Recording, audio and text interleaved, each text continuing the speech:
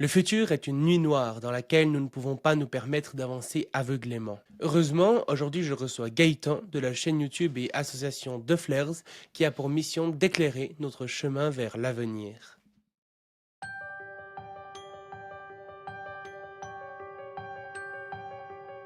Bienvenue sur le Futurologue Podcast, le podcast pour comprendre les enjeux de demain. Du coup, pour commencer, je te propose que tu nous parles un petit peu de prospective et de façon générale, est-ce qu'on peut vraiment prédire le futur? Parce que toi comme moi, on s'intéresse les deux au futur de façon générale et nos vidéos partent du principe qu'on peut quand même savoir un certain nombre de choses sur le futur. Mais est-ce que c'est vraiment le cas? Alors, je dirais que, vu comme ça, peut-on prédire le futur? Non, on peut pas, parce que effectivement, le futur est incertain. Ça pourrait être le cas si on vit dans un univers bloc. Mais ça, c'est une théorie qui dérive un petit peu des lois de la gravité d'Einstein. La théorie de l'univers bloc, ça serait que le futur, il est déjà finalement écrit, il existe, et le temps, c'est un peu une illusion. Le passé, le futur et le présent existent déjà. Donc, par conséquent, le futur aussi. Donc, dans ce cas-là, si on avait un moyen d'observer le futur, on pourrait facilement le prédire. Après, on ne sait pas vraiment à quoi ça pourrait ressembler, parce qu'il semble aussi qu'il y a les lois de la causalité, tout ça, qui font que c'est compliqué euh, d'obtenir des informations, par exemple, sur ce qui va se passer, parce que ça voudrait dire est-ce qu'on peut changer ce qui va se passer si on le sait. Ou alors, il faudrait qu'on soit le démon de Laplace. Ça aussi, c'est un concept. Donc, Laplace, c'était un physicien mathématicien génial français qui a imaginé cette expérience de pensée, en fait, comme quoi on pourrait imaginer un démon ou une forme de Dieu ou quelque chose comme ça, qui est capable d'avoir accès à l'information de toutes les particules dans l'univers, vraiment très précisément, les moindres particules et même les cordes quantiques si on veut vraiment aller là-dedans, ou peu importe quelle théorie du tout ou autre. En bref, il aurait accès à toutes les informations possibles sur l'univers, et à partir de là, il pourrait prédire T plus 1. Parce que à partir du moment où tu as une parfaite connaissance d'un état du système, tu peux savoir son futur. Mais on n'est pas, on n'est pas ça. Évidemment, peut-être qu'aucune intelligence dans l'univers est capable d'obtenir un tel état de connaissance, sauf si l'univers c'est un ordinateur et qu'on est dans une simulation. Bon. Mais en tout cas, ce qu'on peut dire aussi, c'est que prédire le futur, ça n'a pas été souvent quelque chose de facile et beaucoup se sont cassés les dents. Et on peut prendre des exemples connus. Par exemple, en 1901, on a quelqu'un qui s'appelle Wilbur Wright. C'est un pionnier en aviation et il a dit qu'en gros, donc en 1901, il a dit aucun humain ne volera dans les 50 prochaines années. Et en 1903, évidemment, le premier vol d'un avion à moteur se déroula aux États-Unis, piloté par ce même gars. Hein. Donc le mec, il a même pas compris que 2 ans plus tard, il serait capable de le faire. C'est quand même assez impressionnant de se planter à ce point. Donc ça veut aussi dire que finalement, même les gens qui sont dans l'industrie dans laquelle ils font des prédictions, ils sont parfois les moins bien placés pour vraiment avoir des choses pertinentes à dire. Bon, il y a aussi des exemples de personnes qui ont réussi hein, on va dire qu'ils ont un bon historique de prédiction, comme Ray Kurzweil. Je crois qu'il a un peu, enfin, il a eu une sorte de pourcentage de prédiction correcte, un truc comme 80%, peut-être même plus. Faudrait vérifier, mais en tout cas, plus de la moyenne, donc déjà plus de 50%, on va dire. C'est déjà bien. C'est un futurologue et un inventeur qui s'intéresse beaucoup aussi à la loi de Moore et aux capacités de l'intelligence artificielle. Donc il a dit beaucoup de choses assez pertinentes là-dessus et il est toujours pour l'instant, en tout cas, il a raison. Hein, si on suit un petit peu ce qu'il prédit sur la singularité, tout ça, même peut-être qu'on sera en avance en fait sur ses prédictions. Il faut aussi préciser que pour prédire l'avenir, c'est plus facile de prédire par exemple les développements scientifiques et technologiques que les cultures et les normes. Et c'est pour ça d'ailleurs qu'en science-fiction, souvent on a des auteurs comme Isaac Asimov ou Arthur C. Clarke qui ont quand même aussi un bon historique dans ce qu'ils ont écrit dans leurs livres dans les années 50, 60, 70 même avant, il y a quand même eu des choses qui se sont avérées vraies. Arthur C. Clarke, il avait prédit l'existence des satellites avant qu'on mette un satellite en orbite, donc Sputnik. Donc voilà, il avait quand même eu des intuitions sur les tendances technologiques de l'époque. Par contre, on voit souvent dans les livres de science-fiction des années 50, 60, 70, l'âge d'or de la SF et même la nouvelle vague après avec le cyberpunk, c'est souvent ils se plantent totalement sur les normes sociales, sur les cultures. Il n'y en a aucun qui avait prédit la chute de l'URSS. Euh, Par exemple, il n'y en avait aucun qui avait prédit, je sais pas moi, le terrorisme radical ou fondamentaliste ou différentes normes sociales, quoi, les mouvements trans ou des trucs comme ça. La façon dont la société se structure, c'est très difficile à prédire et c'est beaucoup plus fluide que les technologies. Maintenant, bon, on peut aussi, on va dire, faire plusieurs types de prédictions, avec plus ou moins de confiance dans les prédictions qu'on fait. Il y a des futurs projetés qui englobent à peu près tout ce qu'on peut faire sur Terre et dans l'univers, basé sur des connaissances qu'on a sur le web de la physique. Par exemple, je pense que n'importe quel aujourd'hui astronome, il est capable de prédire une éclipse qui va se produire dans 2000 ans, quoi. Parce qu'on sait que la Lune, le Soleil, la Terre, c'est des systèmes qui sont en général, ils bougent pas trop, hein. Donc on sait qu'on peut prédire ça dans très longtemps. Ensuite, on peut imaginer une autre catégorie, ce serait les futurs probables.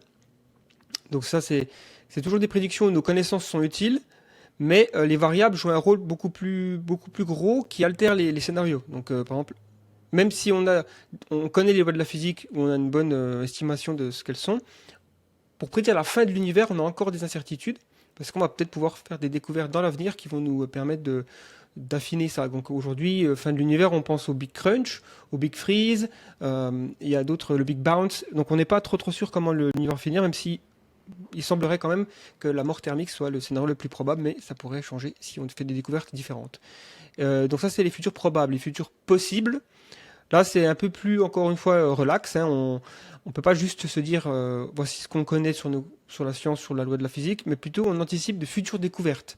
Et là, c'est compliqué parce que c'est difficile de prédire le futur qui sera basé sur des nouvelles connaissances qu'on va faire, parce que c'est l'inconnu inconnu, là.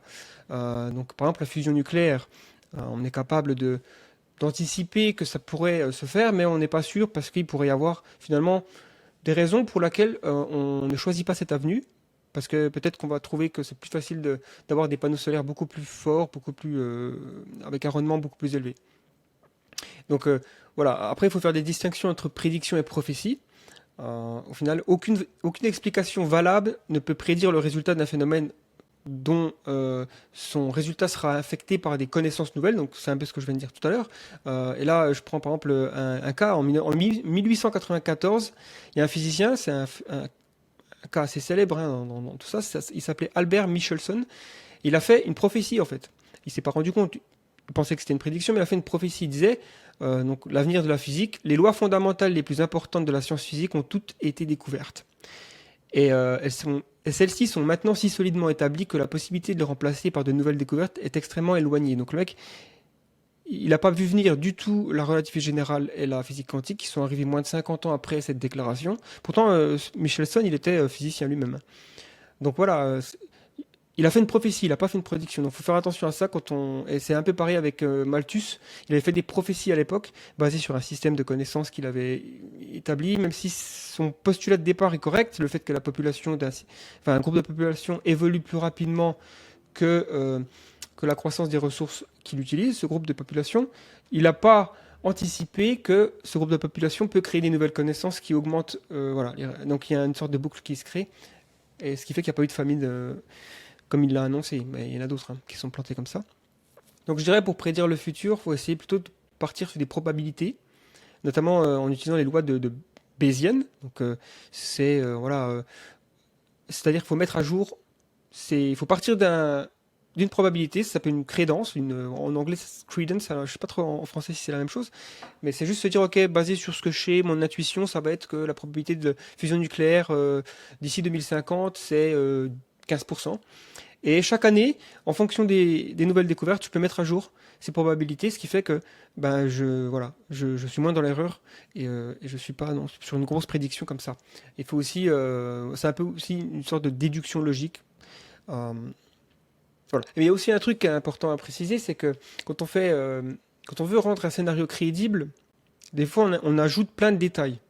Mais en fait, ce qu'on se rend pas compte, c'est qu'ajouter plein de détails, ça rend certes une histoire plus plausible, mais la prédiction, elle devient moins probable. Parce que c'est beaucoup plus probable qu'un scénario où il y a juste un truc que je prédis arrive finalement dans le futur, plutôt que la liste de tout ce que je viens de dire. C'est-à-dire, je sais pas moi, si je prédis que la fusion nucléaire va être inventée en 2055, paritaire, parce que à la suite du réchauffement climatique qui s'intensifie et il y aura eu des attentats quelque part et voilà là en fait je crée un scénario vachement crédible parce qu'il a plein de détails et les gens se disent tiens ouais c'est vrai que c'est intéressant parce qu'il y a plein de détails, ça veut dire qu'il sait des choses, tu vois. Mais en fait si je dis juste je pense que la fusion nucléaire a 15% de chances d'être produite en 2050, c'est beaucoup plus simple mais beaucoup plus de chances d'être correct du coup. Voilà. Bon après on peut aussi parler prédiction, c'est de faire ce qu'on appelle l'ingénierie exploratoire. Donc, c'est prendre les technologies qui existent aujourd'hui et nos lois de la physique, donc, enfin, les lois de la physique, les lois de la science en chimie, en biologie, tout ça, ce qu'on connaît finalement sur la réalité, et essayer de dessiner une sorte de futur et de voir les régions où certaines choses sont possibles, les régions où certaines choses sont impossibles. Donc, par exemple, la vitesse de la lumière, ça semble être dans la région, la limite en fait, c'est-à-dire si on veut imaginer des propulsions qui dépassent cette limite de la vitesse de la lumière, on est probablement dans l'impossible. Et donc, toute prédiction qui dit un jour on ira plus vite que la lumière, elles sont pas très crédibles. Par contre, bon, ça pourra changer avec l'avenir, hein. Mais donc, utiliser l'ingénieur exploratoire, c'est intéressant pour, voilà, euh, pour se rendre compte qu'on pourrait avoir des grandes capacités dans un avenir plus ou moins lointain, juste en regardant ce que les lois de la physique nous autorisent à faire. Et ça, c'est super sympa à faire. Et donc, ça va un petit peu en lien avec le concept d'arbre technologique, hein. Donc, tous ceux qui sont des geeks de jeux vidéo, ils doivent savoir ce que c'est un arbre technologique. C'est-à-dire, tu joues à un jeu de stratégie, genre Age of Empires ou Civilization, et tu peux voir que dans ta partie, tu as un arbre technologique à parcourir, et donc tu vas avoir accès à certaines technologies dans le futur, mais il faut juste que tu investisses plus dans ça et ça. Et on peut faire pareil aujourd'hui, hein, finalement. On sait que, par exemple, c'est probable qu'on puisse guérir le cancer. Donc, dans l'arbre technologique, on peut avoir à un moment donné une case plus de cancer, quoi. Mais comment on y va, ben, ça, c'est toute la question. Et pour finir, hein, juste sur cette partie-là, euh, c'est plus facile de prédire l'état final d'un système que les chemins jusqu'à cet état final. Par exemple, je peux dire, si je joue aux échecs contre Stockfish, donc Stockfish c'est l'intelligence artificielle la plus forte aux échecs au monde, il me semble. Enfin, en tout cas, jusqu'à récemment, ça a peut-être changé, ça va vite, ça change vite. Mais en tout cas, il est connu, hein, c'est comme Deep Blue quoi, à l'époque. Et ben, je peux prédire que je vais perdre avec 99% de chance. Par contre, je peux pas te prédire exactement les mouvements sur l'échiquier que l'adversaire va faire pour me battre. Ça se trouve, il va me battre en trois coups, ça se trouve en 5, ça se trouve, ça va prendre 10 minutes, 15. Mais je peux te prédire avec 99 probabilités que je vais être battu parce que c'est le système le plus fort au monde. Donc, c'est un peu comme ça aussi qu'on peut déduire certaines choses sur l'intelligence artificielle, si on veut. Il y en a qui pensent que l'état final de l'intelligence artificielle, notamment une super intelligence, c'est on est tous morts. Et il y a des gens qui vont dire, mais oui, mais comment, je comprends pas comment tout le monde pourrait mourir, qu'est-ce que vous racontez? Ça, par contre, on ne sait pas. Mais on sait que l'état final, il est peut-être qu'on sera tous morts. Voilà. C'est la réponse à la question. Ouais, génial. Et je pense aussi qu'il y a certaines prédictions qui n'ont pas qui ont pas pour but de savoir précisément ce qui va se passer, mais de dire, ah ben tiens, si vous faites telle ou telle action, voici ce qui pourrait se passer. Je pense notamment à certains scénarios climatiques qui disent, ah ben voilà, si on réduit de tant de pourcents les gaz à effet de serre d'ici 2050, voilà l'avenir du climat en 2100 par exemple. Je pense qu'il peut y avoir ça, et du coup, là, le prospectiviste a un intérêt dans le sens où il peut un peu éclairer les choix de société et donner un ordre de grandeur sur ce qu'il faudrait faire ou pas pour arriver à telle ou telle situation, quoi. Oui, bien sûr, c'est vrai que cette idée de futur qui est ouvert, et donc il y a plusieurs chemins qui peuvent être empruntés. Il y a des chemins ridicules. Bon, il y a des chemins, par exemple, pour le changement climatique, effectivement, on peut voir qu'il y a des chemins, si on fait absolument rien du tout, voilà ce qui peut se passer. Et on sait que c'est un chemin qui est pas crédible parce que c'est très peu probable qu'on fasse absolument rien. Pour genre business as usual, rien ne se passe, tout le monde conduit 3 Hummers par famille tu vois, et on prend l'avion tous les jours pour aller en vacances. C'est pas comme ça que ça va se passer. Mais effectivement, ce scénario-là, il existe. On peut le mapper sur le futur, on peut le cartographier, on peut voir avec certains degrés d'incertitude quand même, mais parce qu'on parle d'un système, le climat qui est compliqué, qui est chaotique, mais finalement, il est beaucoup plus prévisible que la météo. Et c'est intéressant d'ailleurs, parce qu'il y a beaucoup de gens qui disent, oh mais les climatologues, qu'est-ce qu'ils en savent? Ils sont même pas capables de prédire s'il va pleuvoir la semaine prochaine. Mais c'est différent parce que la météo, c'est un système qui est qui fluctue beaucoup plus facilement avec un rien, quoi. Il y a l'effet voilà, le fameux effet butterfly, papillon, battement d'un papillon à Rio de Janeiro, ça fait une tempête, je sais pas où. Mais dans les modélisations climatiques, on sait que en général, au mois d'août, je peux prédire qu'il fera plus chaud qu'au mois de décembre. Donc ça, comment ça se fait que j'arrive à prédire ça? C'est bizarre. Non, on sait que la Terre, en fonction du Soleil et de son orientation, et on sait aussi que voilà, dans le climat, il évolue par rapport aux températures et aux gaz à effet de serre. On sait tout ça et on peut modéliser ça effectivement. Et donc ça nous donne aussi des capacités de donner d'évaluer, d'avoir un peu une sorte de, comment on appelle ça, ouais, de donner des conseils et puis prendre des décisions aujourd'hui pour influencer les chemins qu'on veut prendre. Hmm. Oui, je sais pas si tu serais d'accord avec moi, mais je pense aussi que c'est relativement, enfin, c'est déjà très compliqué en fait de savoir l'évolution d'une technologie, d'une norme sociale, etc., vue un peu en silo. Mais ce qui devient de plus en plus complexe, c'est qu'il y a des sortes d'interactions entre ces différents silos, certaines normes sociales qui vont faire bouger certaines technologies, ou bien par exemple, là tu parlais de super intelligence artificielle. Bah, par exemple, la création d'une super intelligence artificielle pourrait complètement bousculer les scénarios climatiques ou bien les scénarios d'autres technologies parce qu'elles pourraient nous aider à les développer beaucoup plus vite ou au contraire tous faire un risque existentiel. Donc c'est extrêmement compliqué finalement de faire une sorte d'agglomérat de ces différents secteurs, j'ai l'impression. Ouais, ouais, ouais. C'est ça aussi qui est intéressant quand on regarde la science-fiction. C'est souvent les auteurs, ils ont tendance à ne pas justement prendre en compte trop de changements dans le futur. Euh, Ils vont plutôt se dire qu'est-ce qui se passe si ça et ça évolue. Par exemple, on a des meilleurs vaisseaux spatiaux. Ok, on va aller plus loin. Par exemple, voilà, on peut coloniser une autre planète, super. Par contre, les humains sont plus ou moins comme nous. Ils n'ont pas des technologies très avancées finalement. Star Wars, il n'y a aucune intelligence artificielle qui est plus intelligente que les humains. Enfin, c'est bizarre ça. Enfin, tu vois ce que je veux dire? Bon, Star Wars, c'est pas nécessairement censé se situer dans le futur, mais c'est un exemple. Bon, il y a plein de trucs comme ça où finalement, ouais, c'est pas. En fait, le futur, il va être beaucoup plus bizarre qu'on peut le prédire. Ça, c'est presque voilà, une certitude. Des choses qu'on considérerait presque. Je pense qu'on ne serait pas capable de les comprendre et on serait presque effrayé par le futur si on devenait à voir un petit peu ce qui se passe en 2300, par exemple. On se dirait, mais c'est pas naturel ce qu'ils font. Je comprends pas pourquoi cette personne-là, c'est pas un humain. Euh, c'est quoi ces rapports bizarres entre les personnes mais cette personne, elle était morte hier, elle est vivante aujourd'hui. Tu vois, il va y avoir des trucs que pour nous, on jugerait presque comme immoral, tu vois. Et tout de la même façon que je pense que voilà, des avancées sociales comme, je sais pas, le mariage homosexuel, tu leur expliques au Moyen Âge, ils vont te dire, mais je veux pas de ce futur, moi. Je suis un chrétien fondamentaliste. C'est un péché mortel, tu vois. Et des évolutions encore technologiques, pareil, je veux dire, les mecs, ils peuvent pas se rendre compte, je pense, au Moyen Âge ou à la Renaissance, au siècle des Lumières, de certaines choses. Et ils seraient aussi déçus. Je pense qu'ils seraient déçus de voir qu'il y a encore des gens dans la rue, qu'il y a encore euh, ouais, des inégalités assez moches, de la façon dont on traite certaines autres espèces. Enfin, il y a des choses où on n'a pas vraiment fait des progrès, on va dire.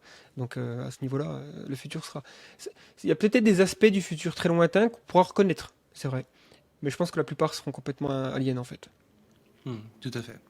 Et une question que je trouve très intéressante aussi, c'est notamment tout ce qui touche à l'optimisme et au pessimisme. C'est une question qui revient souvent dans ce genre de discussion. Donc toi, si je dis pas de bêtises, tu te définis comme étant optimiste. Est-ce que tu pourrais peut-être déjà nous donner un peu la définition que tu donnes à ce mot finalement pour être sûr qu'on part tous sur la même base. Et puis finalement, qu'est-ce qui fait que tu es optimiste alors que aujourd'hui j'ai l'impression que la plupart des gens imaginent un futur relativement négatif ou en tout cas largement plus que dans les années, par exemple pendant les 30 glorieuses où on imaginait l'an 2000 avec des voitures volantes, tout le monde heureux, etc. Ce qui est aujourd'hui beaucoup moins le cas. J'ai l'impression, notamment dans la jeune génération, on a une vision du futur finalement beaucoup plus négative que ce que pouvait avoir la génération d'avant. Euh, Pourquoi est-ce que toi tu restes optimiste malgré tout? Ouais, bon, alors, bon, la réponse qui pourrait être la plus évidente, c'est peut-être une prédisposition génétique, tout simplement, je sais pas, mais c'est probable que, de toute façon, je crois pas vraiment, tu vois, au libre arbitre, ce genre de choses. Je pense qu'il y a énormément de choses qui sont inscrites déjà dans nos gènes, qui sont prédisposés. On va avoir un penchant pour certaines choses. Donc, j'ai clairement un penchant plutôt optimiste. Ça a toujours été le cas. Maintenant, ça veut pas dire naïf au point que je pense que tout va bien, hein. Je pense une bonne définition de l'optimisme, c'est juste se dire que c'est une position finalement vis-à-vis de la vie. Mais après, on peut orienter cet optimisme vers d'autres, des trucs plus précis, genre la technologie, ou les rapports sociaux, ou je sais pas moi, l'espace, le sens de la vie. Enfin, voilà. Mais en gros, de manière générale, c'est la position que le bon l'emporte sur le mauvais. Et alors, pour déconstruire ça, il faut choisir déjà un ensemble de valeurs pour savoir ce qui est bon et mauvais, parce que sinon on part dans le vide. Qu'est-ce qui est bon et mauvais? Par exemple, si je dis je préfère être en bonne santé que malade, c'est faire un jugement moral et me dire ok, je préfère. Donc le bon, c'est être en bonne santé, et mauvais, c'est être en mauvaise santé. Donc il faut faire de la philosophie morale, du coup. Il faut s'intéresser à l'éthique. Et ça, c'est donc l'éthique, c'est une des 5 branches de la philosophie. On a la métaphysique, l'éthique, la logique, l'esthétique et l'étymologie. Mais si on s'intéressait à la philosophie morale ou l'éthique, c'est essayer de parler des valeurs.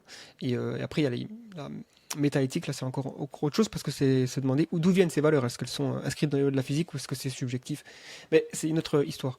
Moi j'aime bien la définition de. Donc voilà, l'optimiste, après, une fois qu'on a fait cette distinction et qu'on a établi des valeurs, il faut juste regarder déjà, est-ce que dans le passé, on a des raisons d'optimiste par rapport au présent? Je pense que oui. Parce que si on prend énormément de métriques, l'éducation, la mortalité infantile, le droit des minorités, les femmes, les personnes de couleur, les étrangers. Ensuite, tu prends, je sais pas moi, la richesse d'un individu, les différentes maladies, et on voit bien que depuis, si on remonte à l'histoire humaine, donc 12 000 ans à peu près, hein, depuis l'agriculture, on va dire, et ben tout est en hausse, quoi, finalement, sauf les trucs négatifs qui vont en bas. Donc on fait du progrès, si on veut dire. Donc la notion de progrès, j'y crois beaucoup. Donc c'est ça, être optimiste. Mais enfin, au bout du compte, la définition que j'aime bien de l'optimisme, c'est celle de David Deutsch. C'est une définition assez contre-intuitif finalement, parce qu'on n'a pas l'impression qu'il définit l'optimisme, mais c'est l'idée que toute transformation d'un système physique qui n'est pas interdit par les lois de l'univers est réalisable sous condition d'avoir les connaissances requises. Si quelque chose est autorisé par les lois de la physique, alors la seule chose qui peut l'empêcher d'être technologiquement possible, c'est de ne pas savoir comment. Ce qui signifie que tous nos problèmes sont causés par un manque de connaissances fondamentales. Et ça, pour moi, c'est une vraie définition de l'optimisme. Parce que quelqu'un qui est cynique, fataliste, pessimiste, finalement, fondamentalement, il croit que nos problèmes, ils sont causés par quelque chose de presque surnaturel, quoi. Et finalement, non. Nos pétrins, nos problèmes, ils sont causés par nous-mêmes, déjà, par des mauvaises idées qui circulent dans les sociétés humaines, par un manque de connaissances sur comment résoudre certains défis technologiques, donc le réchauffement climatique c'en est un. On cause de problèmes et on les résout par d'autres, mais souvent, les solutions à des problèmes qu'on a résolus causent de nouveaux problèmes, mais ces nouveaux problèmes, ils sont généralement mieux que ceux qu'on avait avant, qu'on avait besoin de trouver des solutions pour les résoudre. Tu vois ce que je veux dire? Il y a un peu un. Après, il y a effectivement des moments où on arrive dans des sortes de goulots d'étranglement où on se dit plus on fait des découvertes, plus on risque de créer des nouveaux risques qui sont périlleux et peut-être même pourraient causer la destruction de l'humanité. On ne sait pas vraiment s'il y a des technologies qu'on appellerait des boules noires, c'est-à-dire à partir du moment où on les développe, ça cause de l'extinction de l'humanité, ce serait des sortes de. C'est presque un sort magique là, de Sauron, quoi. Tu touches le truc, t'es mort. Je ne sais pas si à l'échelle de la civilisation humaine c'est possible, mais en tout cas, voilà. Moi, la définition de l'optimisme, c'est celle-là, c'est de dire que finalement, ce qui est permis par les lois de la physique, ben, on peut le faire si on a les connaissances requises. Alors, évidemment, il y a des limites sur ce qu'une civilisation technologiquement avancée est capable de faire. Je pense que déplacer des étoiles, encore une fois, c'est permis par les lois de la physique, hein. Quand tu regardes bien les équations, elles n'empêchent pas un énorme système qui va bouger une étoile. Ça s'appelle, je crois, un réacteur de Chekhov, je sais plus quoi. Enfin, c'est une sorte. C'est un truc qui se base un peu sur les sphères de Dyson et qui concentre que les faisceaux dans un côté. Donc en gros, il y a une partie d'étoile qui est camouflée par enfin, qui est un petit peu englobée par des panneaux solaires si on veut, et pas l'autre. Donc du coup, ça va pousser l'étoile petit à petit. Ça va prendre des. Mais on ne sait pas si. Peut-être, moi, quand tu dis une civilisation qui a des millions d'années d'avance sur nous, pourquoi elle ne ferait pas ça? Donc voilà, c'est l'idée que le futur pourrait être tellement bizarre que nos problèmes aujourd'hui, je pense qu'ils paraîtront un peu ridicules. Et quand on regarde les problèmes de nos ancêtres, des fois on se dit, mais putain, les mecs, ils avaient vraiment pas anticipé le futur. Par exemple, il y avait à un moment donné, c'était il n'y a pas si longtemps, avant l'invention de l'automobile, il y a certains commentateurs de l'époque, donc on va dire des prospectivistes, ils se disaient, mais si je fais les calculs là, la croissance de la population, le nombre de chevaux, le nombre de charrues qu'il va falloir pour transporter les gens si la population continue à augmenter, il va y avoir tellement de merde de cheval dans les rues, et on pourrait presque prédire le tas que ça va faire en centimètres, tu vois, sur les pavés, sur les trottoirs. Et donc ils se disaient, c'est pas possible, on va pas pouvoir s'en sortir. Bon, c'était 10 ans avant l'invention des premières voitures à combustion, à moteur à combustion, et la population de chevaux a complètement s'est effondrée. Et je pense pas que les gens aujourd'hui. Enfin, moi, mon problème principal aujourd'hui, c'est pas de me demander s'il y a beaucoup de merde de cheval dans la rue. Ça aurait pu, mais on a changé de paradigme, on va dire. Aujourd'hui, par contre, notre problème, c'est ces voitures, elles polluent et ça fout le bordel. Donc, je me dis peut-être qu'ils rigoleront, nos ancêtres, nos descendants, pardon, de notre problème aujourd'hui de gaz à effet de serre et tout ça. Ils diront, ben, s'ils savaient les problèmes qu'on a nous. Donc voilà, je dirais que pour résumer, je suis un voilà, optimiste consciencieux. Et d'ailleurs, ce qui est intéressant, c'est de voir à quel point les gens qui sont optimistes s'intéressent aux risques négatifs. Parce que ils sont bien conscients que si pour eux, le futur est entre guillemets une utopie, on va dire, hein, dans le sens assez élégant du terme, quoi. Parce qu'il y a beaucoup d'utopies, en fait, c'est des dystopies cachées, hein, quand tu regardes bien, dans la science-fiction. Mais juste, voilà, imaginez votre monde parfait, c'est le futur. Eh ben, du coup, il faut s'intéresser aux risques, il faut s'intéresser à ce qui pourrait empêcher ces futurs, parce qu'il y en a plusieurs. Un futur, c'est justement une dystopie, c'est d'imaginer un futur. Il y a futur possible, futur, voilà, le futur est large et très vaste, et c'est pour ça que je préfère mettre ça au pluriel. Et ben, du coup, tous ces futurs magnifiques, il faut pouvoir les atteindre, et pour ça, faut se prêter attention aux risques. Et donc, c'est pas étonnant que ce sont principalement les gens qui se disent transhumanistes, donc qui sont plutôt techno-optimistes, les, pour les, qui sont les premiers à avoir vraiment identifié les risques existentiels, la catégorie des risques existentiels, qui est aujourd'hui une discipline académique assez respectée, notamment étudiée par plein de centres, d'instituts à travers le monde, euh, parce que voilà, c'est Nick Bostrom, c'est Anders Sandberg, c'est Toby Ord, des gens d'Oxford qui sont conscients que le futur pourrait être vraiment bien, et donc du coup ils sont super inquiets parce qu'on pourrait tout foutre en l'air si on s'y prépare pas en fait au risque. Et en fait, je suis d'accord avec toi quand tu dis, genre, quand on regarde dans le passé par rapport à aujourd'hui, bah, aujourd'hui est quand même largement mieux à bien des niveaux. Énormément d'indicateurs qu'on considère comme étant positifs ou qui sont positifs euh, sont largement mieux. Mais je sais pas ce que tu en penses, mais j'ai l'impression que ces dernières années, on voit que finalement il y a une sorte de régression sur certains de ces indicateurs. Par exemple, l'espérance de vie depuis le Covid, elle a diminué et ça fait, je crois, plus de 60 ans qu'elle avait continué à augmenter et là elle commence à diminuer. Aussi, bah, par exemple, tous les effets de surconsommation aux États-Unis, d'obésité ou ce genre de choses, qui font que finalement la durée de vie en bonne santé diminue aussi. Ou bien, ouais, c'est certaines choses comme ça, où par exemple le nombre de guerres, où on voit aujourd'hui qu'il y a aussi euh, plus de guerres qui se déclenchent, etc. Une géopolitique qui devient plus instable qu'avant. Ou par exemple le nombre d'armes nucléaires qui a toujours, enfin qui a diminué depuis un bon moment, mais qui là, enfin les États-Unis sont sortis d'un accord sur le nucléaire et tout, on ne sait pas trop ce qui va se passer. Ce genre de choses en fait, où on se dit, ok, jusqu'à aujourd'hui ça s'est relativement bien passé, mais avec un peu cette impression qu'on est arrivé au bout du système, entre guillemets, et genre maintenant ça a l'air de se détériorer un peu comme si par exemple on était dans un truc où on venait prendre finalement un peu des ressources dans l'environnement, etc. Et au bout d'un moment aussi, il y a ce moment où ben on n'a plus assez de ressources pour nourrir le système, et du coup ça périclite comme ça petit à petit. Je sais pas ce que tu penses de cette vision. Ouais, c'est vrai que Alors, il faut toujours se méfier de, quand on analyse un petit peu les tendances, de pas prendre des échelles de temps trop petites. Euh, je pense que tout ce qui est plus petit qu'une décennie, c'est difficile de l'intégrer dans un modèle. De se dire, OK, effectivement, l'espérance de vie a toujours augmenté depuis la révolution industrielle, on va dire, ou même avant.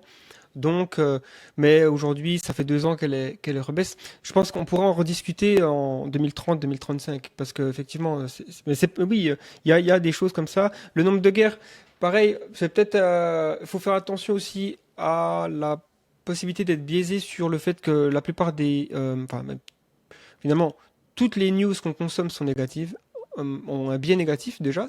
Donc, on a l'impression qu'il y a plus de choses négatives qui se passent, alors qu'en fait, peut-être que finalement, le taux constant, le taux de mauvaises nouvelles est constant ou alors il a baissé drastiquement. Voilà. Mais effectivement, il y a des choses qui sont. Il y a des mauvaises nouvelles, hein, effectivement. Je pense le taux de guerre, j'ai regardé un petit peu. En gros, les guerres, il y en a une tous les 2 ans qui se déclare depuis 3 siècles. Ok, il y a rien de nouveau, mais c'est nouveau. Après, ce qu'il faut faire attention, c'est les longues queues, quoi. Ce qui se passe dans. Ouais, quand je dis ça comme ça fait bizarre. Dans Donc, ouais, quand on prend un modèle de distribution probabilistique, on a souvent une courbe euh, en cloche, quoi. C'est-à-dire qu'au début, c'est zéro, ça monte à un chiffre assez élevé au milieu de la courbe, comme ça, et après, ça descend. Et ça peut aller très loin vers la droite. Et ce qu'on appelle long tail en anglais, la longue traîne, je crois, en français. Et donc, par exemple, pour les guerres, il y en a beaucoup qui vont causer 1000, 10 000 morts. Et ça, c'est pas nouveau, et ça toujours le cas. Par contre, des guerres qui vont causer 6 millions de morts, là, ça se situe très loin dans la longue traîne. Et elles sont beaucoup plus rares, du coup, parce que voilà, sur l'axe Y, tu as la fréquence, et sur l'axe X, tu as l'impact, le nombre de morts, si on veut. Pour les guerres, hein, je prends l'exemple. Donc voilà. Et donc, ce qu'il faut faire attention, c'est de se demander est-ce que j'ai fait évidemment. En ce moment, là, je suis en train de réfléchir à ça pour faire une vidéo là-dessus et sur les conflits entre grandes puissances. Et effectivement, on peut être inquiet parce qu'en moyenne, il y a à peu près 2 guerres entre grandes puissances par siècle dans l'histoire, en tout cas récente. Peut-être remonter à, je sais pas, 200, 300, 400 ans peut-être. Et jusque depuis 1945, en fait, il n'y en a pas eu. Donc, il n'y a pas eu de grandes puissances qui sont entrées en guerre. Donc, grandes puissances, ça va être aujourd'hui, ça va être la Chine, les États-Unis, l'Inde et la Russie. Voilà. Et puis l'Union européenne, si on veut la compter en tant que région dans le monde, mais en final, il n'y a pas une armée pour l'Union européenne. Donc, c'est un peu compliqué, mais ça va être des systèmes d'alliance après. Mais de manière générale, c'est des grandes puissances depuis 1945 ne sont pas entrés en conflit. Donc, est-ce que ça veut dire que le taux constant qu'on a observé jusqu'à présent de 2 conflits par siècle, il est plus actuel? Ou est-ce que ça veut juste dire que ça arrive, quoi? On peut être inquiet, on peut se dire, merde, c'est bizarre, c'est une anomalie de l'histoire qu'on ait vécu une longue paix comme ça. D'un autre côté, il y a une autre théorie, une autre hypothèse, on va dire plutôt que finalement, non, c'est pas. C'est juste euh, un changement de paradigme qui s'est opéré. Que cette idée qu'il y a 2 conflits par siècle qui s'opèrent, c'était vrai, mais ça l'est plus. Et donc aujourd'hui, on peut espérer que finalement, on a changé de mentalité, que des conflits entre grandes puissances, c'est juste moins, comment dire, c'est moins attractif, voilà, pour les puissances d'entrer dans des conflits. Donc, euh, il y a plusieurs façons de voir les choses, mais pour répondre à ton interrogation, effectivement, plusieurs choses. Déjà, la première chose, c'est effectivement, il faut faire attention à ne pas trop regarder les news. Moi, j'ai tendance à pas trop regarder les news ou les regarder de haut, quoi, vu de haut, parce que il y a plein de choses dont on n'a pas envie de savoir, quoi. J'ai pas besoin de savoir un enfant qui s'est cassé la jambe au Pérou ou qui a été enlevé. On sait que ça arrive et ça, moi, ça va pas me transformer ma vie positivement de savoir ça, malheureusement. Et par contre, les news qui font pas vraiment la titre des journaux, c'est que hier, il y a 200 000 personnes qui sont sorties de l'extrême pauvreté, par exemple, des trucs comme ça. Des news positives qui arrivent au jour le jour, ou des gens qui ont sauvé un enfant de la noyade, ou c'est des belles histoires, ça arrive aussi tout le temps. Donc oui, voilà. Mais effectivement, il y a plein de choses toute façon, on va en parler certainement en mentionnant les risques existentiels, tout ça. Il y a enfin, le 21e siècle est un siècle qui est inhabituellement périlleux pour notre espèce, je pense. Hmm. Et à quelque part, à quoi est-ce que tu aimerais que le futur ressemble si tu devais te projeter comme ça dans quelques dizaines d'années peut-être et t'imaginer une utopie? À quoi ça correspondrait?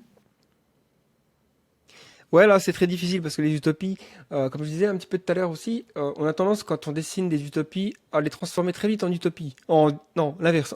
Quand on dessine des utopies, on les dessine en dystopie très vite. Ou en tout cas, c'est perçu comme une dystopie. Si je dis, par exemple, le meilleur des mondes, c'est un endroit où toutes les maladies ont été guéries, où tous les gens sont épanouis, heureux, il n'y a pas de souffrance, mais c'est parce qu'ils prennent tous des pilules pour enlever un petit peu le malaise de la vie et être un petit peu docile pour le gouvernement. Et plus ou moins, hein, c'est un peu l'intrigue du meilleur des mondes. Les gens vont me dire, oui, c'est quand même une dystopie là que tu es en train de nous raconter. Et en fait, effectivement, c'est compliqué et j'ai l'impression que peut-être la première étape à faire, c'est de se dire qu'est-ce que j'aimerais enlever de négatif dans le monde d'aujourd'hui et ensuite partir de là. Par exemple, je pourrais dire, j'ai plus envie qu'il y ait de maladies telles que le cancer, Parkinson, Alzheimer, les maladies génétiques paralysantes comme la maladie de Huntington, le fait d'être, je sais pas moi, des handicaps très très très sévères, des trucs comme ça. Ensuite, à partir de ce monde-là, je regarde ce qui se passe. Je me dis, ok, maintenant, j'enlève. Alors, qu'est-ce que je vais enlever, moi? Les conflits géopolitiques, je fais en sorte qu'il y ait une coopération internationale plus importante. Ok, à partir de là. Réchauffement climatique, des meilleures énergies. Ok, donc il faut qu'on ait une énergie propre et presque illimitée. Cool. À quoi ça ressemble? Ben, ça peut être la fusion nucléaire ou des panneaux solaires avec un rendement très élevé, des super batteries qui n'utilisent pas des ressources rares. Enfin, bref, on peut comme ça faire la liste et arriver à une utopie. Je pense que ce serait une utopie qui serait pas très étrangère parce que je pense que très vite, après, on n'arrive plus à imaginer les choses. On arrive à une sorte d'équilibre de Nash, si on veut. Mais pour ne pas comment dire, éviter la question, je vais quand même donner quelques petites choses. J'aimerais bien un futur très ouvert, moi, dans notre potentiel. C'est-à-dire qu'on ait toujours un potentiel très large de plein de choses, en fait, qu'il y ait une grande diversité d'expériences, d'êtres. Voilà, ça me semble être assez important. Et comme je disais, j'ai pas envie qu'il y ait un futur, qu'il y ait plusieurs futurs, des futurs, que les gens puissent choisir, qu'il y ait une sorte de grande liberté individuelle pour plein de choses, plein d'expériences différentes. Je pense qu'on ne se rend pas compte à quel point le futur pourrait être positif. Voilà, on est des humains du 21e siècle. On a accès à un certain éventail d'expériences avec nos capacités cognitives et sensorielles. Mais je pense que c'est pas garanti que ça reste comme ça. Je pense qu'il y a des chances qu'on puisse un jour trouver des choses qu'on ne peut pas imaginer aujourd'hui, mais qui nous fassent par exemple observer des sens qu'on n'a encore pas. Il y a peut-être des beautés dans l'univers qu'on n'est pas capable de comprendre et d'appréhender et d'avoir les sens pour les apprécier. Peut-être, je sais pas moi, apprécier l'incroyable richesse d'une nébuleuse, je sais pas moi, tu vois ce que je veux dire, avec un sens nouveau, un truc qui capte les infrarouges dans la tête ou derrière l'oreille. Tu vois, donc après, je me dis, voilà, si on a une diversité très grande d'êtres humains qui vivent sur différents substrats, peut-être des substrats informatiques, qu'est-ce que c'est de vivre 1 million d'années? Je sais pas, mais ça se trouve, c'est super. Voilà, il y a des différentes expériences comme ça dans le futur que je m'attends à, enfin, pas moi personnellement, mais nécessairement, mais nos descendants, là. J'espère aussi que, bon, il y aura une. J'ai tendance à penser quand même que, étant donné qu'on vit dans un univers si grand, qu'on va s'y répandre, qu'on va explorer, qu'on va s'étendre et expandre l'humanité. Voilà. Plutôt que coloniser, c'est un terme qui est assez péjoratif aujourd'hui, mais même si tu regardes bien, on parle de colonies de fourmis, il y a des plantes qui colonisent d'autres endroits, donc bon, coloniser, c'est négatif s'il y a des choses, des entités vivantes sur le chemin, mais si on colonise Mars, j'ai pas l'impression que ça va gêner grand monde. Ensuite, moi, je pense que ce qui pourrait être intéressant, c'est d'avoir aussi bon, évidemment, des IA bénéfiques, hein. Si on a, ça, je pense que tous les futurs que je suis en train de décrire là, ils reposent sur des IA, super IA bénéfiques qui nous ont aidés sur notre parcours. Euh, J'aime bien le concept d'espace des esprits possibles, c'est-à-dire que voilà, on peut essayer de cartographier à quoi ressemble le type d'expérience qu'un esprit peut avoir, et on se rend compte que on occupe un petit coin de cette carte. Les animaux occupent encore un coin plus petit, mais ils surf overlap, comment on dit ça en français, il par-dessus, quoi. Il y a une sorte de, oh, des fois, chevauchement, voilà. Il y a un chevauchement entre le cercle d'expériences possibles par les humains et le cercle d'expériences possibles par les chiens, par les chats, par les chauves-souris. Mais on voit aussi que les chauves-souris sont capables d'appréhender le monde de manière différente avec l'écolocation, des trucs comme ça. Qu'est-ce que c'est que d'être une mouche? On ne sait pas. Donc mais voilà, ça occupe un coin de l'espace des possibilités, des esprits possibles. Mais on se dit aussi qu'une IA, peut-être qu'elle occupe un coin complètement différent, que des extraterrestres qui ont évolué sous des pressions évolutives différentes vont occuper un autre coin extrêmement différent. Et peut-être que nous, notre futur, ça va être aussi d'explorer non seulement l'espace physique, les planètes, tout ça, mais aussi l'espace des expériences. Et ça, je trouve ça beau, moi, comme idée. Euh, et ensuite, bon, je pense aussi quelque chose comme l'impératif hédoniste de David Pierce me plaît, dans la mesure où j'ai l'impression, et ça va être un axiome, mais de dire que la souffrance, c'est pas bien, d'une manière générale. Je parle pas de la souffrance, genre, ah oui, je me suis fait plaquer, mais je suis plus fort aujourd'hui car j'ai affronté l'adversité. Non, non, je parle vraiment d'une souffrance chronique qui gâche la vie ou des choses absolument horribles qui peuvent se passer ou des dépressions extrêmement maladives et voilà, insolvables, quoi, finalement. Ça, c'est mieux de foutre ça à la poubelle. Et donc, ouais, il y a un concept de David Pearce, c'est un transhumaniste philosophe anglais, qui dit que bah, justement, on va dire une sorte d'objectif pour l'humanité quand on ne deviendra plus compétent dans ce qu'on peut faire dans l'espace des technologies, ce serait d'essayer d'enlever le plus de souffrance possible dans le monde animal et y compris nous, hein. Donc ça serait bon, il y aurait forcément énormément d'ingénierie génétique, donc là ça fait un peu peur aux gens, mais je me dis si on est une espèce beaucoup plus avancée et qu'on est peut-être aidé par l'IA, on sera capable de faire les choses bien et qu'il y aura peut-être des conséquences imprévues, mais c'est à voir. Mais là je me dis voilà, tu me demandes de faire une utopie, j'en fais une. Voilà, donc je me dis peut-être que la souffrance peut-être ne sera jamais aussi grande qu'au 21e siècle et qu'à partir du 22e, 23e, ça va baisser.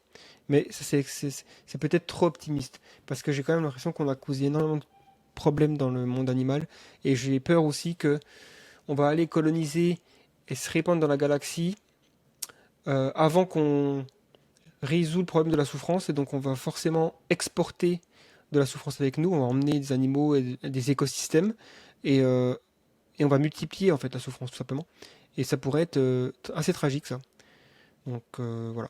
Mais c'est pour ça qu'il y a des gens qui pensent que le futur c'est un net négatif par défaut, parce que il y a déjà suffisamment de souffrance sur Terre. Si on part sur le principe qu'on va coloniser d'autres systèmes et qu'on est les seuls dans l'univers, tout ce qu'on va faire c'est multiplier la souffrance. Et donc c'est assez bouddhiste un petit peu comme idée, parce que le bouddhisme s'intéresse beaucoup à ça. Mais je me dis qu'on a quand même aussi des opportunités euh, on va dire, de trifouiller un petit peu sur ce qui fait que la souffrance existe, notamment la douleur. Ça, c'est quelque chose qu'on peut faire, hein. Il y a des prédispositions génétiques à la douleur. On sait qu'il y a des gènes qui sont responsables directement de certaines douleurs, de la perception de la douleur. On peut remplacer la douleur par d'autres systèmes informatifs qui ne seraient pas à valence négative, hein, ce qu'on appelle valence négative. C'est-à-dire si je me mets la main sur la plaque chauffante, je pourrais, au lieu d'avoir mal, au lieu de ressentir vraiment cette sensation brute négative, quoi. Il y a personne qui dit j'aime bien mettre ma main sur la plaque chauffante. C'est vraiment quelque chose de viscéral. On pourrait remplacer ça par un bip bip, puis juste un réflexe et qu'il n'y ait pas de souffrance, tu vois. Voilà, donc ça c'est possible. Mais à voir si ce sera réalisable. Et toi, tu t'es déjà un petit peu demandé à quoi pourrait ressembler une utopie? Enfin, je sais pas si tu as aussi des scénarios que tu aimes bien. Ouais, ouais, ben clairement, franchement, ce que tu as décrit, je le rejoins en très très grande partie, je pense. Euh, il y a un truc que j'arrive pas encore à résoudre, c'est genre le système politique. Enfin, j'ai l'impression qu'on a, ben, je crois que tu avais même écrit un article là-dessus. On a plus de facilité à imaginer la fin du monde que la fin du capitalisme. Et je me demande à quel Ouais. point ça serait pas possible justement d'imaginer en fait des systèmes plus optimisés qu'un simple capitalisme régulé. Parce que j'ai l'impression que c'est un petit peu la même chose que, par exemple, avec les chatbots comme ChatGPT aujourd'hui. C'est-à-dire que euh, de base, ils vont pas être alignés, ils vont être racistes avec plein de biais, etc.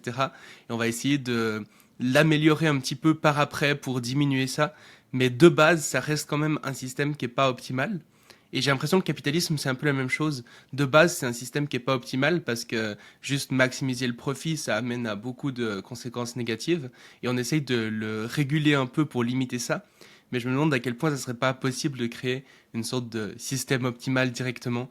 Mais c'est vraiment les balbutiements de cette réflexion. Donc, en vrai, je sais pas trop où ça va me mener. Ouais, c'est intéressant. C'est vrai que je pense que c'est tout à fait possible qu'on vive les dernières décennies du capitalisme tel qu'on le connaît, parce que je pense que, encore une fois, quand on intègre de l'intelligence artificielle capable de d'avoir un rôle dans l'économie comme celui d'un être humain, mais beaucoup plus amélioré et beaucoup plus limite, sans les contraintes finalement des humains, c'est-à-dire oh, si je travaille au-dessus de 8 heures par jour, je me plains, puis j'ai des droits du travail, et puis il faut que je prenne 5 semaines de congé, sinon ça va pas. Et puis tu vois ce que je veux dire? Donc là, et c'est heureusement qu'on a ça, hein, et il faudrait qu'on ait encore plus. Mais c'est pour ça que je pense aussi que le futur quand même de l'être humain avec une IA générale et des systèmes automatisés comme ça dans toute la société, ce serait probablement des vacances pour tous, hein. Mais du coup, ça veut dire quoi? Ça veut dire un système économique complètement différent. Comment on fait pour vivre si j'ai plus de salaire? Bah, je pense pas que le but de la société, du gouvernement français, allemand, américain, chinois, c'est de se dire ben, qui creve. Non, à mon avis, ça va pas passer ça. Donc je pense que il va forcément avoir la redistribution de richesse. Peut-être que le concept de d'argent au 22e siècle peut-être n'est plus tellement pertinent. Je pense que on peut imaginer d'autres modèles. Il y a quand même des choses dans les relations hiérarchiques humaines qui importent. Je pense que le statut importe. Avoir l'impression d'avoir de l'importance, même si c'est des petites choses, hein, genre juste avoir l'impression que mes voisins me valorisent, enfin valorisent mon travail dans la communauté de planter des carottes tous les mardis, tu vois. C'est un petit truc, mais les humains ont besoin de ça. Et quand tu leur retires absolument tout dans ce qui est statut et hiérarchie, on pète un peu les plombs. C'est pour ça qu'il y a des gens qui en reviennent à la violence. C'est souvent des gens qui vont faire des massacres à la mitraillette dans les écoles, qui ont perdu leur sens de self-esteem, enfin l'estime de soi, et ils n'ont plus l'impression d'être écoutés, entendus, ils n'ont pas de place dans la société. Ça, il va falloir résoudre ça si on perd tous notre travail. Voilà, moi j'ai tendance à dire pourquoi on se plaindrait si on perd tous notre travail, mais c'est vrai qu'il y a quand même des choses qu'on aime faire. Il faut trouver comment faire du travail, ou peut-être c'est le mot travail qu'il faut changer, plus le remplacer par occupation, activité. Peut-être que les gens vont commencer à trouver que écrire un livre c'est bien et que tout le monde devrait faire un livre. Enfin, bref, c'est compliqué de résoudre ce problème, mais je pense que le capitalisme ne peut pas exister dans un système où tu appuies sur un bouton et tu obtiens l'équivalent d'une année de travail humaine, quoi. Oui, et puis de façon générale, j'ai l'impression dans l'histoire, les révolutions technologiques ont aussi amené à des révolutions politiques, et inversement, les révolutions politiques ont souvent amené à des technologies différentes, je pense. Donc, c'est des domaines qui interagissent entre eux, et ça va être très intéressant de voir tout ça interagir. Ouais, ouais, ouais, c'est vrai que on voit bien que par exemple, l'agriculture, l'invention de l'agriculture, c'est un changement de paradigme complètement inattendu dans l'histoire de l'évolution de l'humanité, parce que on passe de chasseurs-cueilleurs, des tribus nomades, certains qui, pendant quelque temps, se posent quelque part, vont faire des monuments comme Göbekli Tepe, donc qui est beaucoup plus vieux que ce qu'on pensait, donc ça a été fait par des chasseurs-cueilleurs, mais c'est étonnant quoi qu'ils l'ont fait. Bon, du coup, il faut juste mettre à jour un petit peu ce qu'on pensait que les chasseurs-cueilleurs étaient capables de faire. C'était juste plus capable qu'on le pensait, c'est tout. Pas besoin d'Atlante hein, pour expliquer ça.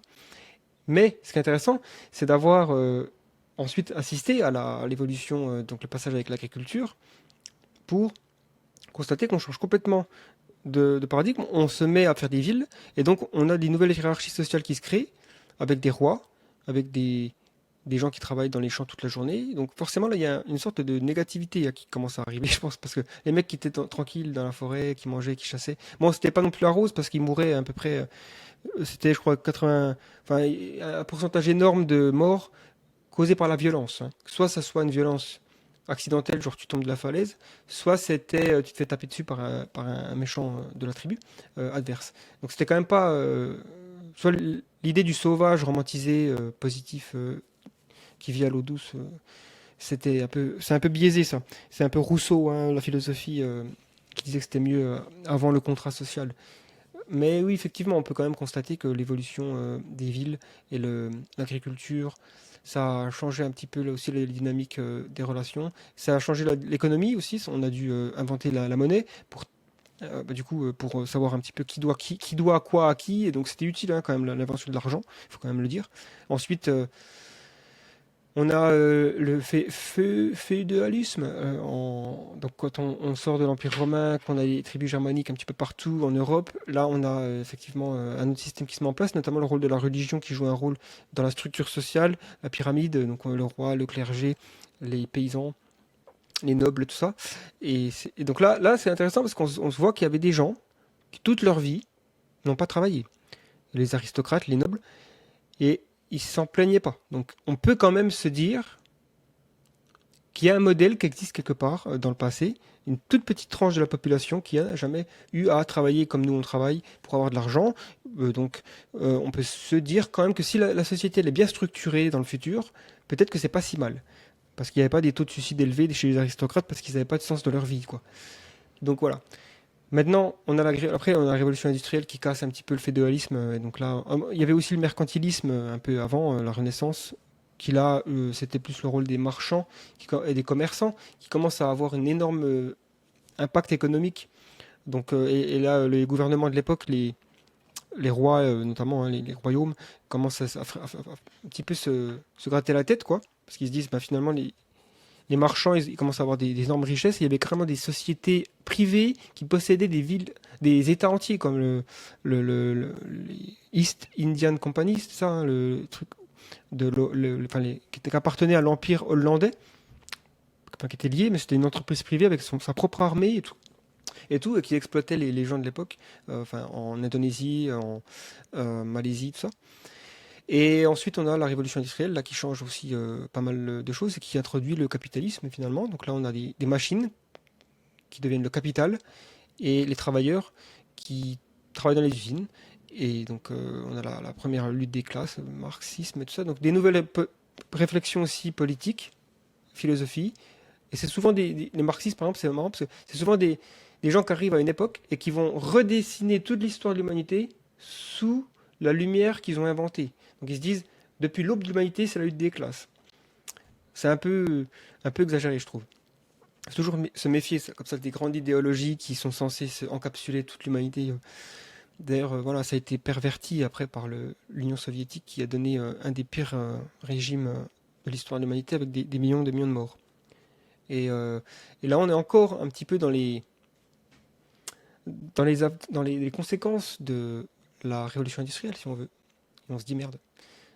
Mais c'est très, très probable que la nouvelle révolution qui arrive, parce que l'intelligence artificielle, c'est vraiment une nouvelle révolution industrielle, hein, qui est accompagnée par plusieurs choses. Une révolution industrielle, c'est souvent accompagné de révolutions dans les communications, dans l'énergie. Donc le système économique, après, il est obligé de changer, il est forcé d'évoluer, et donc ça donne des nouvelles sociétés. Et c'est là qu'on verra à quoi ça ressemble. Donc, un sujet qui t'intéresse beaucoup aussi, j'ai l'impression, c'est l'hypothèse de la simulation. Est-ce que tu pourrais nous dire, ben, finalement, qu'est-ce que c'est, pourquoi ça t'intéresse, et puis quelles sont tes réflexions là-dessus? Ouais, c'est vrai que ça m'intéresse. Pense que ça m'intéresse de la façon. Parce que depuis que je suis petit, je suis tombé dans Matrix, hein, le film Matrix en 99, j'avais 10 ans, j'ai adoré le film, ça m'a vraiment donné envie de faire des films moi-même et de m'intéresser à la science-fiction. Et ça a probablement semé la graine de cette euh, cet intérêt pour qu'est-ce que c'est que la réalité, comment on fait pour en être sûr, donc un peu la philosophie derrière Matrix. Et ensuite, ça m'a amené à lire des auteurs comme Philippe K. Dick, un auteur de science-fiction qui explore beaucoup ça. K. Dick, il est connu pour avoir écrit donc la source de ce qui est devenu Blade Runner par la suite et d'autres films assez connus comme Total Recall et compagnie. Mais ça, une des thématiques qui touche le plus, c'est la perception de la réalité. Donc, bon, je pense que c'est venu de là. Ensuite, quand je suis tombé sur l'argument de Nick Bostrom dans son article académique, qui s'appelle l'argument de la simulation, de Simulation Argument. Je suis tombé des culs par terre, quoi. Je me suis dit, mais en fait, j'arrivais pas à trouver de contre-argument. Donc, je me suis dit, mais merde, ça veut dire qu'on vit dans une simulation. Donc, en fait, je vais peut-être d'abord expliquer ce que c'est. Parce qu'il y a une différence entre l'hypothèse de la simulation et l'argument de la simulation. Je commence par l'argument de la simulation, en gros qui dit que c'est un trilemma, hein, donc un trilemma c'est comme un dilemme, c'est un trilemme finalement, où il y a trois propositions au lieu de deux. Et c'est une des trois qui est juste. Ça ne peut pas être deux ou les trois. Donc c'est comme un dilemme, tu vois, tu dois choisir. Et le trilemme c'est la première chose à considérer, c'est que l'espèce humaine va très probablement s'éteindre avant de créer des simulations qui possèdent des êtres ayant des expériences comme on en a nous. Donc voilà. Ça c'est la première chose. Soit c'est vrai, soit c'est faux. Donc si vous pensez que c'est probable, alors bon ben voilà, vous avez résolu l'argument de la simulation. Vous pensez que l'humain va très certainement s'éteindre avant de créer des simulations, ou alors que c'est pas possible de créer des simulations. La deuxième proposition, c'est que toute civilisation capable de créer des simulations décide de ne pas le faire. Donc pourquoi pas, ça peut être vrai, mais c'est un peu étrange. Pourquoi toutes les civilisations décideraient de ne pas le faire? Est-ce que nous, dans 50 ou 100 ans ou 200 ans, on a la possibilité technologique d'appuyer sur un bouton qui créerait une simulation, par exemple de l'époque où on vit aujourd'hui, avec des gens dedans qui ne savent pas qu'ils sont dans une situation? Je pense qu'on serait tenté de le faire juste pour des expériences scientifiques ou sociologiques notamment. Et la troisième proposition dans ce trilemme, c'est que nous vivons presque certainement dans une simulation. Alors vous me dites, ok, c'est un peu bizarre que la troisième proposition ce soit aussi drastique, mais en fait, vu que c'est un argument probabilistique, on arrive forcément à cette conclusion parce que si l'humanité ne s'éteint pas et si elle décide de faire des simulations, alors statistiquement, il y aura beaucoup plus d'êtres humains ou d'êtres en général, capables d'avoir des expériences que j'ai aujourd'hui, comme aujourd'hui, les expériences que nous avons tous, des expériences conscientes, subjectives, phénoménologiques, phénoménales. Et je pense que ce nombre est tellement élevé que moi, en tant qu'observateur de ma propre existence, si je me pose la question où suis-je finalement, est-ce que je suis dans le monde réel ou dans une simulation, eh ben, c'est statistiquement plus probable que je suis dans une simulation parce qu'il y a tout simplement 10 puissance 150 millions enfin c'est beaucoup, hein. Il y a un nombre énorme de simulations, donc forcément il y a beaucoup d'êtres simulés, donc je suis probablement dans une simulation. Et effectivement, j'ai du mal à trouver des contre-arguments convaincants. Il y en a quand même qu'on peut essayer de dessiner. Il y en a un, c'est finalement, on se dirait, ok, même si c'est vrai, au final, on voit pas beaucoup de films, par exemple, ou d'œuvres de science-fiction, ou d'œuvres narratives, de jeux vidéo, qui se passent 200 000 ans dans le passé, ou 200 000 ans dans le futur. En fait, la plupart des œuvres qui sont créées par les humains sont soit dans l'ère moderne, donc ça va être tous les films Mission Impossible, James Bond et compagnie, soit un petit peu dans le passé, hein, donc ça peut être à l'âge des Vikings, ou même à l'époque de l'Empire romain, mais c'est rarement très très loin dans le passé, ou très très loin dans le futur. Donc, ce qui voudrait dire que s'il y a des simulateurs, et que ces simulateurs, c'est nos descendants, parce que c'est un peu aussi la prémisse de l'argument, eh ben, ils auraient tendance à probablement simuler des époques qui sont proches de leur époque à eux, et pas le passé très lointain. Mais après, ça voudrait dire qu'on est dans un passé très lointain pour eux. Ça se trouve, les simulateurs, enfin, c'est une époque, c'est peut-être le siècle prochain, quoi. Et donc je me dis, simuler le 21e siècle, c'est pas si étrange que ça. Et puis aussi, comme je disais tout à l'heure, on vit dans une époque particulièrement intéressante, notamment avec l'avènement de l'intelligence artificielle qui marque un tournant. Je dirais que ça marque un tournant dans l'organisation sociale et économique de l'humanité. Donc c'est une nouvelle révolution industrielle, mais ça marque aussi un tournant dans la vie sur Terre, parce que ça marque l'existence d'une nouvelle forme de vie. Une vie qui repose sur le substrat informatique, sur le silicone, enfin le silicium. Silicone, c'est autre chose. Le silicium. Et donc, je me dis, ben oui, c'est pas non plus étonnant. Donc, voilà. Après, il y a aussi le fait que, est-ce que, comme je disais, l'intérêt de créer des simulations, il est où? Je pense que on peut voir plusieurs intérêts. Si le voyage dans le temps est impossible, c'est probable que ce soit impossible. Alors, créer des simulations du passé, ça peut être super pour les historiens.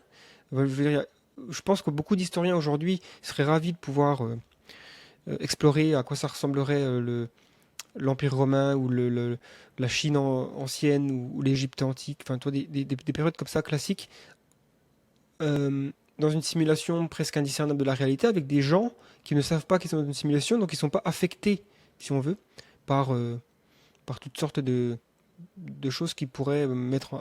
Enfin, si on a un but précis pour la simulation, c'est mieux que les personnes à l'intérieur de la simulation ne savent pas qu'ils sont dans une simulation. Ensuite, je me dis qu'il peut y avoir aussi des expériences sociales, c'est demander, oh, oui, faire des expériences sur qu'est-ce qui se passe si Trump gagne des élections aux États-Unis en 2016. Voilà, on est dans une simulation qui explore à quoi ça ressemble. Donc, ce serait une sorte d'exploration des univers alternatifs.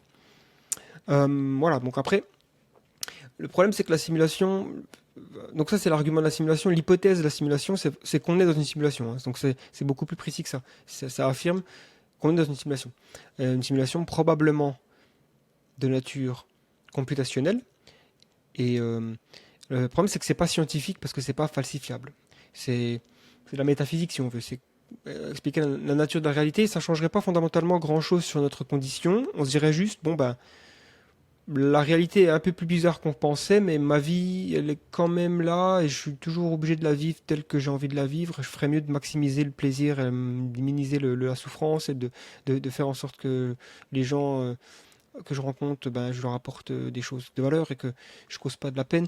Ce genre de choses, quoi. Ça veut pas dire qu'il faut péter les plombs et partir en temps. Mais il y a un truc aussi intéressant de se dire, c'est que si on veut essayer d'attribuer des probabilités là-dessus, on peut partir en latte et se dire comme Elon Musk, qui a déclaré lors d'une interview qu'il y a une chance sur un milliard qu'on vit dans la réalité de base. Mais le problème, c'est que d'où il sort ce chiffre, quoi. Euh, je trouve ça un peu exagéré. Je pense qu'en fait, il veut juste dire que c'est très probable, mais il n'aurait pas dû sortir ce chiffre. Il n'aurait pas dû sortir putain, je sais plus parler. Il n'aurait pas dû sortir. Je fais une comment on appelle ça, un malaise. Voilà. Mais la première chose, je pense que en fait, il y a une prémisse dans l'argument de Nick Bostrom, c'est que c'est possible de faire de faire des simulations peuplées par des êtres conscients. Mais ça, on ne sait pas. À l'heure actuelle, en fait, on est agnostique là-dessus. Il y a des raisons de penser que oui, il y a des raisons de penser que non. Effectivement, ce qu'on peut constater, c'est que on fait des progrès dans les graphismes. Donc effectivement, les mondes virtuels qu'on crée sont de plus en plus beaux, sont de plus en plus réalistes. Quand on compare les jeux vidéo de la PlayStation 2 avec la PlayStation 5, ce qu'on voit aujourd'hui avec des jeux comme Cyberpunk 2077, enfin, c'est beau, quoi. Ça ressemble à la réalité. Il y a aussi des procédés de création de mondes virtuels qui sont aujourd'hui encore plus intéressants parce que tu peux faire de la photogrammétrie, tu n'as même plus besoin de coder avec des polygones. Enfin, assez impressionnant. Maintenant, ce qu'on ne sait pas, c'est est-ce que c'est possible d'avoir des êtres à l'intérieur qui sont conscients.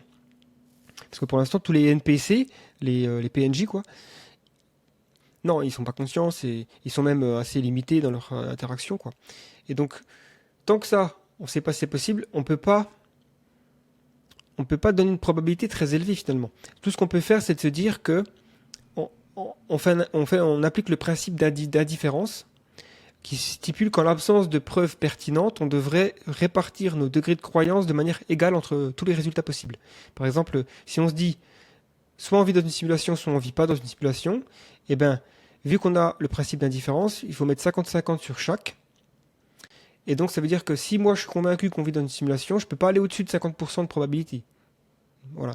Je peux même dire que c'est 49% de probabilité que je vis dans une simulation parce que vu que 50% c'est si je suis pas dans une simulation, il y a 1% qui est que la possibilité c'est que le monde réel existe parce que à partir du moment où je me dis ok je suis peut-être dans le monde réel, je dois ajouter 1% à ce principe d'indifférence, mais en fait il y a une équation assez à suivre, quoi. Mais il y a une vidéo que j'ai faite là-dessus, c'est intéressant si vous voulez aller voir. Mais en tout cas pour moi ce qui est intéressant de se dire sur ça, c'est que dans tous les cas, moi personnellement, hein, j'aurais tendance à dire que oui, il y a peut-être 33% de chances qu'on vit dans une simulation. Pourquoi 33? Parce que bah, si je prends l'argument de Nick Bostrom, il y a trois propositions.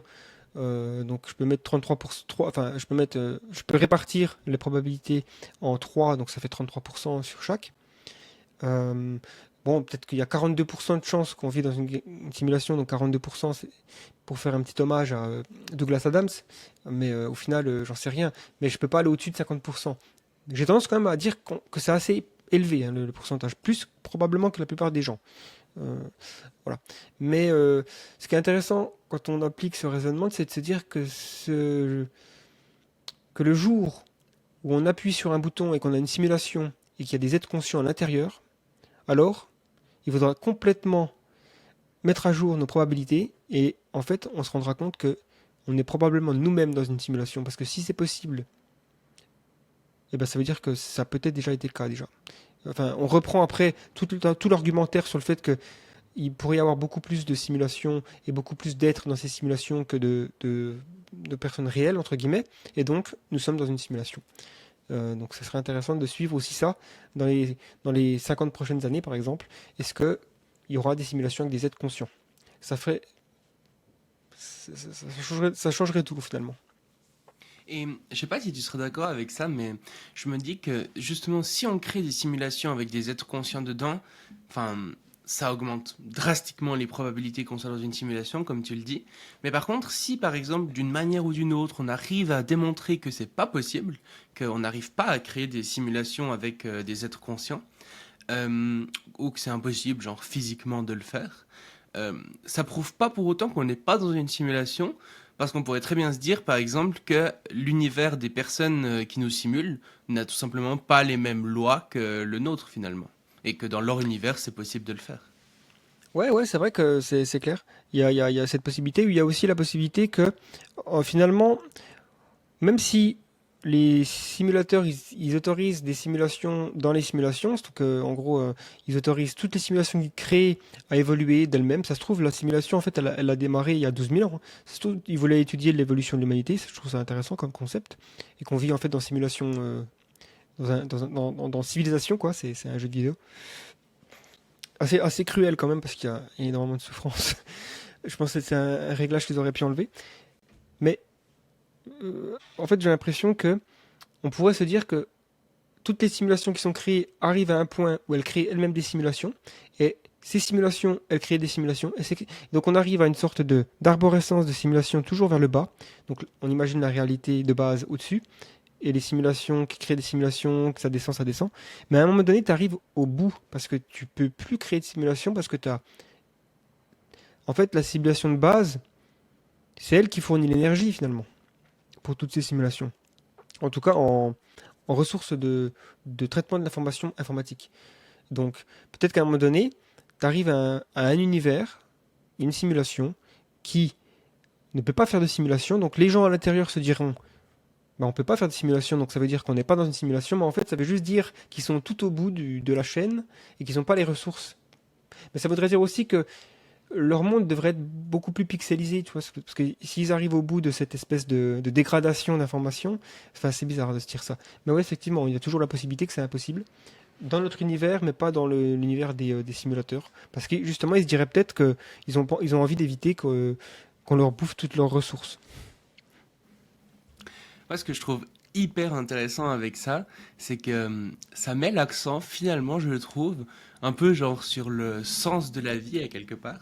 Parce que tu te dis, peu importe en fait qu'on soit dans une simulation ou pas, ben concrètement, quelles implications ça aurait sur ma vie?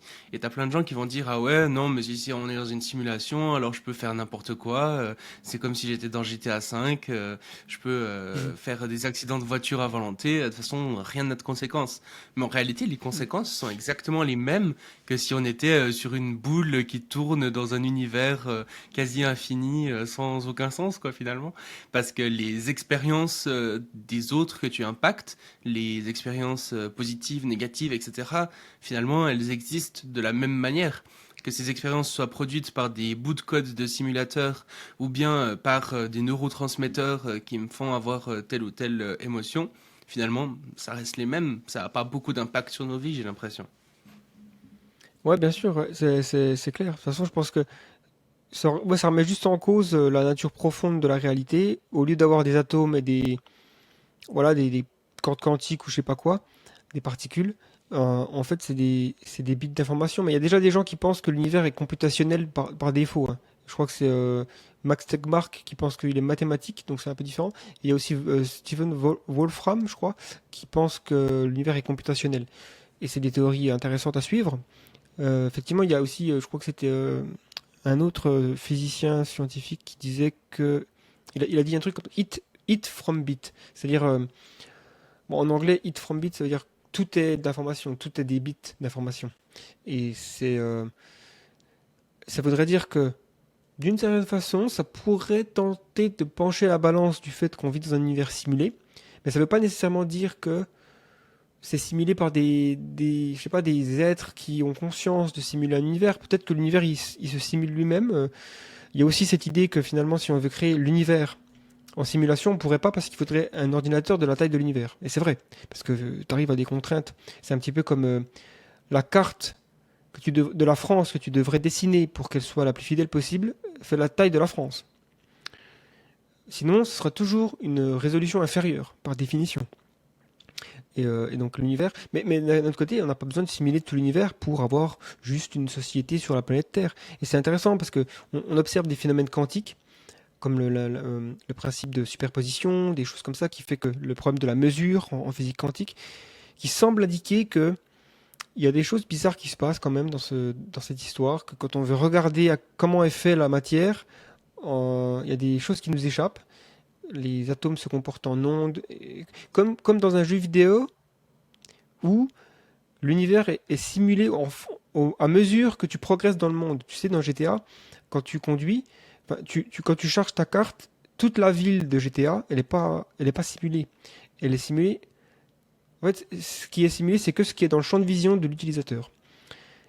Et il y a certaines personnes qui dressent des parallèles avec ce phénomène-là qu'on utilise pour gagner des ressources en informatique et le monde de la physique quantique. Maintenant, je pense qu'il faut faire attention parce que c'est un petit peu jouer l'avocat, c'est-à-dire trouver des preuves pour défendre sa position. C'est pas regarder le monde de manière objective comme un scientifique le ferait. Je pense que c'est mieux de partir sur j'ai des prédictions, j'ai une théorie qui fait des prédictions, je vais essayer de regarder le réel pour trouver si j'obtiens les prédictions que j'ai imaginées avec ma théorie et si c'est vrai, alors ma théorie a un peu plus de poids et ensuite je soumets ça à mes pairs. Il y a un processus de revue et il y a tout plein de gens qui essaient de me démolir et s'ils n'arrivent pas, c'est que ma théorie est probablement correcte. Voilà. Mais à partir du moment où la simulation, enfin l'argument, on peut pas faire ça avec l'argument de la simulation pour l'instant. Il y a des gens quand même qui pensent que ce serait intéressant d'essayer. Et il y a des philosophes qui ont dit attention, ne faites pas ça parce que ce qui pourrait se passer, c'est que si on est dans une simulation et que les simulateurs veulent pas qu'on le découvre, et ben si on le découvre, ils mettraient peut-être fin à la simulation. Et ça voudrait dire fin du monde. Mais on s'en rendrait peut-être pas compte, donc est-ce que c'est grave? Compliqué, compliqué, mais c'est hyper intéressant en tout cas. Un autre sujet qui t'intéresse beaucoup, c'est tout ce qui touche au transhumanisme, donc à l'augmentation de l'humain, à l'amélioration de l'humain par la technologie. Euh, En fait, il y a plein d'aspects, disons, techniques, etc., que j'ai exploré et que j'explorerai dans d'autres podcasts.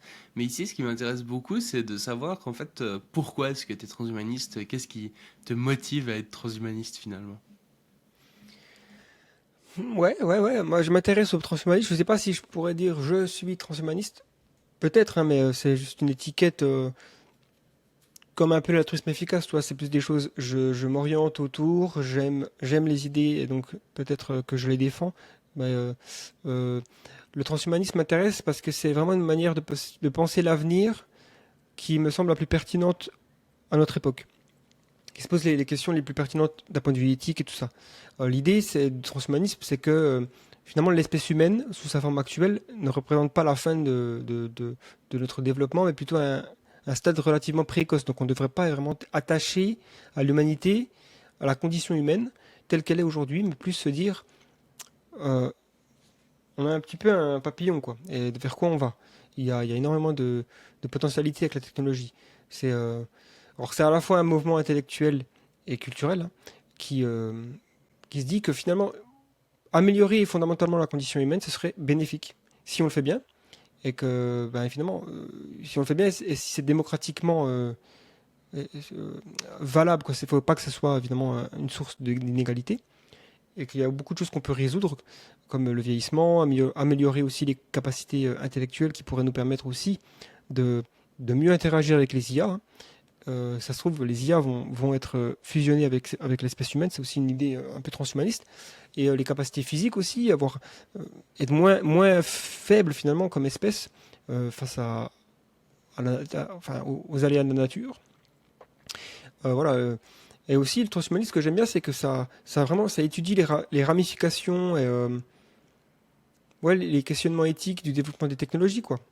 Donc, il n'y a pas beaucoup de philosophie de pensée comme ça sur le futur qui vraiment étudie qu'est-ce qui se passe si on vieillit plus, qu'est-ce qui se passe si on a des utérus artificiels, quels sont les problèmes éthiques. C'est pas toujours évident de réfléchir à ces questions. Et je pense aussi que le transhumanisme se positionne sur vraiment une acceptation assez générale de ces choses-là, en promouvant notamment la liberté morphologique, de se dire, ok, chacun fait ce qu'il veut. Enfin, si tu veux devenir un cyborg, tu devrais être libre, chacun, voilà. Et puis c'est aussi, moi je me suis toujours considéré comme humaniste. Quand j'ai commencé à être éduqué sur le siècle des Lumières, sur la philosophie des Lumières et l'humanisme, je me suis vraiment reconnu là-dedans, l'idée de progrès, l'idée que avec des outils comme l'éducation, le développement culturel et social, on peut améliorer la condition humaine de manière limitée parce qu'on n'avait pas tous les outils. Et le transhumanisme, c'est juste se dire, c'est finalement une évolution de l'humanisme en se disant que oui, on peut utiliser ces outils-là, euh, on peut promouvoir voilà, les valeurs de l'humanisme comme la pensée rationnelle, la liberté, la tolérance, la démocratie, l'altruisme, tout ça. Mais aussi on peut mettre la technologie en jeu pour transcender les limites de l'humanité et aller encore plus loin dans la promotion de ce qu'on considère comme valable. Voilà, donc c'est un peu l'idée. C'est pour ça que j'ai tendance à vouloir défendre ça. Et mais je me dis toujours aussi, c'est peut se transformer en idéologie qui peut être soit caricaturée, soit mal interprétée et donc donner naissance à peut-être des choses horribles, hein. Je veux dire, c'est pas impossible qu'il y ait un dictateur transhumaniste, tu vois, en 2080 qui fait des programmes de génisme horribles, qui modifie génétiquement les cerveaux ou qui fait des cyborgs, des armées de robots. Enfin, on peut se dire, le transhumaniste peut être un bon vilain aussi dans un roman de science-fiction. Mais il n'y a aucun transhumaniste que j'ai lu, que je connais, qui n'est pas pour partager les connaissances et les innovations technologiques sur l'amélioration de l'humanité. Amélioration, je dirais, et toi, il y a un peu deux termes qui sont souvent utilisés, c'est étendre les capacités humaines et aussi euh, extendre. Je ne sais pas si c'est un terme qu'on utilise en français, mais aller plus loin finalement. C'est-à-dire que tu peux courir plus vite, courir plus haut, ok, cool, mais tu peux aussi faire autre chose que courir, mais qui ressemble.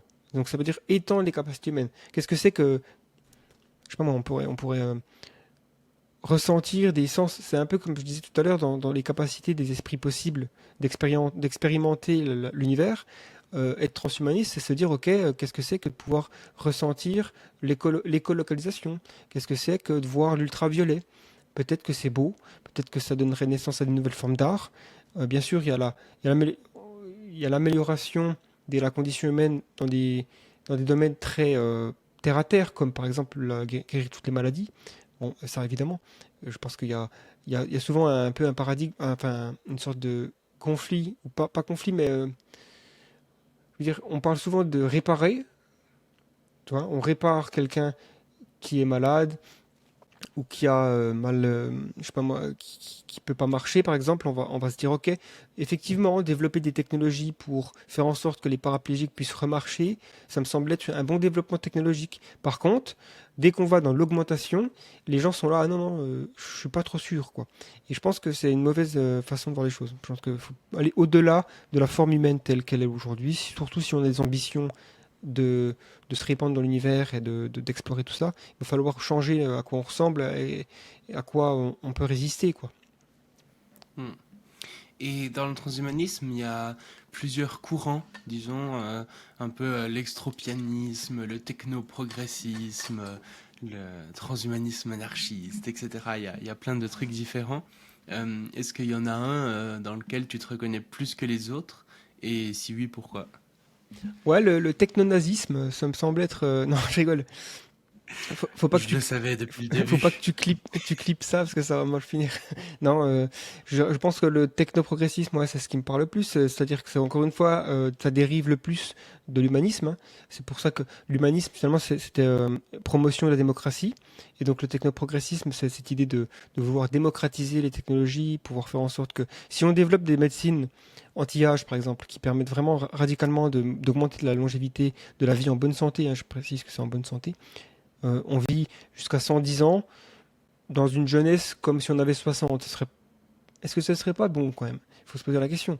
Moi, j'aimerais que mes grands-parents, mes parents, ils aient pas des problèmes de santé, quoi. Donc, s'ils vivent très longtemps en bonne santé, c'est super.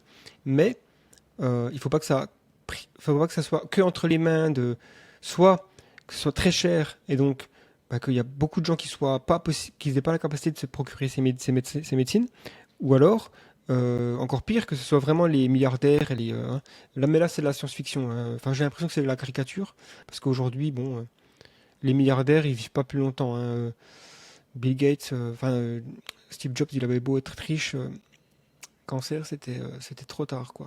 Et je pense que je me dis, effectivement, de toute façon, dans le parcours des technologies, souvent les choses sont chères au début et deviennent moins chères par la suite. Et je pense qu'il y aura un intérêt économique de faire en sorte que la plupart des gens puissent bénéficier de la plupart des technologies transhumanistes, en tout cas. Mais pardon, je pense aussi que le transhumanisme, c'est quelque chose qui s'immisce dans la société sans vraiment que les gens le sachent. C'est-à-dire que des gens comme Elon Musk qui fait sa compagnie Neuralink, qui prévoit d'installer des implants neuronaux pour avoir une interface avec un ordinateur, pour à la fois guérir les gens qui souffrent de problèmes moteurs ou psychologiques, euh, mais aussi peut-être par l'avenir d'augmenter les capacités de connexion du cerveau à la machine pour pouvoir penser, euh, finalement contrôlé par la pensée un ordinateur. C'est du transhumanisme, mais personne ne se dit oh l'homme c'est transhumaniste.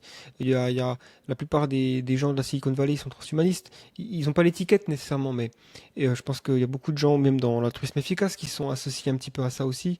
Euh, donc on retrouve un petit peu le transhumanisme aujourd'hui dans plein de choses. La science-fiction évidemment a un petit peu teinté à quoi ça ressemble parce qu'on a cette idée de gens avec des bras mécaniques. Donc Cyberpunk 2077, c'est l'exemple en ce moment, parce que c'est à la mode. Mais je pense que c'est peut-être que ça passera pas par des chemins de cyborgisation, hein. Peut-être que ce sera plus des organes qu'on imprime, par exemple. Parce que finalement, si je peux avoir un bras, si je perds mon bras et puis que j'ai le choix entre un bras bionique, ou un bras qui soit euh, qui croient à partir de mes cellules souches pour que j'ai à nouveau le même bras. Ben, il y a beaucoup de gens qui vont choisir peut-être plus la deuxième solution qu'un bras bionique, donc il y aura peut-être aussi différentes façons d'être transhumaniste. Et je pense que c'est intéressant parce que il y en a qui pensent que le futur il va être vraiment uniforme, qu'on va tous être les mêmes. Toi, c'est un petit peu aussi des dystopies qu'on voit dans les films. Euh, une sorte de perte de diversité, mais je pense que le futur, notamment le transhumanisme, peut permettre une explosion de diversité d'humains. Des humains qui choisissent de rester naturels, voilà, ok. Des humains qui vont aller à l'extrême de la modification, et des humains qui vont un petit peu faire la moite-moite, des humains qui vont peut-être vivre complètement dématérialisés. Il y a peut-être des humains qui vont se cloner à plusieurs reprises, et donc on ne saura pas qui est qui, et ils vont un petit peu peut-être partager un esprit collectif. On ne sait pas à quel point ça peut être fou. Et ça, je trouve ça plutôt positif, moi, d'avoir une diversité assez grande, à condition qu'on arrive à vivre ensemble, ce qui n'est pas garanti. Et du coup, dernière question, question de fin que je pose à tout le monde, c'est si tu avais un micro dans la main, que tu étais sur une scène comme ça avec l'humanité entière face à toi et que tu pouvais leur transmettre un message en quelques minutes, qu'est-ce que tu leur dirais? Je leur dirais, putain, sors le doigt du cul, putain d'humanité. Non, je dirais un truc du style, ok, je dirais j'insisterais sur notre potentiel, tu vois, en tant qu'espèce. L'humanité aujourd'hui, il faut quand même reconnaître qu'on est une espèce vraiment particulière sur la planète. J'aime beaucoup, moi, regarder en quoi nous ne sommes pas spéciaux. J'aime bien me dire que la plupart des espèces sur Terre ont leur incroyable richesse, diversité, que on est vraiment, des fois on se sent unique dans certaines choses, mais en fait on se rend compte que voilà, il y a plein d'animaux qui font à peu près la même chose. Moi j'ai regardé il y a pas longtemps sur Netflix une série qui s'appelle Chimp Empire. C'est absolument incroyable de voir ces chimpanzés filmés de manière, j'arrive pas à savoir comment ils ont été filmés tellement que c'est bien fait quoi. Et on voit un petit peu leur quotidien et je sais pas, leur interaction sociale, et on se dit, mais putain, mais c'est nous, quoi. C'est la même chose. Ils ont leur propre politique. Bon, évidemment, c'est un tout petit peu plus sauvage, quoi. Ils ont le chef, le mâle alpha, et tout ça, et tout ça. Donc voilà, j'aime bien me dire, souvent, qu'on a beaucoup de points communs avec la nature, le monde naturel, mais on est aussi particulier, c'est important de quand même se le dire, qu'on a cette incroyable, je sais pas, capacité de faire plus de choses, en fait, avec l'intelligence humaine. Euh, le développement du langage, l'abstraction, d'être presque conscient, on est les seuls à être capables de raconter des histoires, quoi. Et ça, c'est ce qui fait notre particularité, ce qui motive aussi beaucoup nos actions. Et, et donc, grâce à ça, on a un potentiel immense. On est capable vraiment de survivre à la moyenne de longévité des espèces mammaliennes, qui est d'environ 1 million d'années. Donc, imaginez déjà l'espèce humaine âgée d'1 million d'années. Maintenant, imaginez l'espèce humaine âgée de d'1 milliard, de 10 milliards, d'1 trillion d'années. On deviendrait quelque chose qui est probablement indiscernable de Dieu, quelque chose comme ça, quoi, un être, enfin, pas une entité qui s'appellerait Dieu, mais l'humanité ou nos descendants seraient dans cette espèce de capacité de modéliser l'univers à son image presque. Et on créerait peut-être justement des myriades de civilisations. Et c'est peut-être déjà arrivé, et on est dans une simulation. C'est aussi intéressant de se dire ça. Mais en tout cas, j'aime bien me demander quand même, et si la saga de l'humanité était un roman, est-ce qu'on serait à la toute première page finalement? Et j'ai tendance à penser que oui. Et c'est ça, finalement, que je dirais à l'humanité, c'est faut faire attention de ne pas tout foutre en l'air. Parce que même si on a tendance à pas vouloir trop penser aux générations futures, parce que on n'est pas connecté émotionnellement avec, on est plus facilement connecté avec les gens qui vivent aujourd'hui près de chez nous. C'est un peu plus dur d'être connecté avec les gens qui vivent loin. On a tendance à pas vraiment avoir d'empathie pour les gens qui vivent très loin. Et c'est pour ça qu'il faut lutter pour ça. Mais c'est encore plus difficile pour des gens qui sont même pas nés encore. Des gens qui vivront en l'an 3000. Mais ils vivront si on existe, si on n'est pas réduit à l'extinction. Donc ça c'est important, je dirais.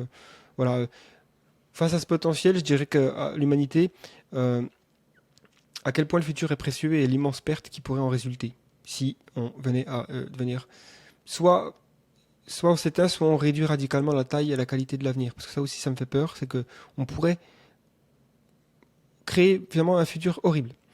Parce que quand on parle d'intelligence artificielle, ça serait peut-être des consciences artificielles qu'on va torturer sans le savoir pendant des millions d'années. Ce sera peut-être aussi des émulations d'êtres humains.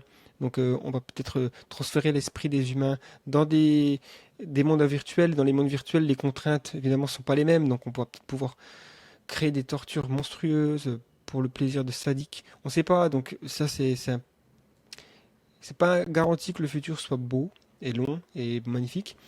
Mais ça reste dans notre potentiel, donc c'est ce que je dirais à l'espèce humaine. Je dirais que voilà, presque tous les humains de l'histoire ne sont pas encore nés, et c'est à nous de faire en sorte que ces humains naissent dans des conditions pas parfaites. Hmm, ok, génial. Merci beaucoup, Gaëtan.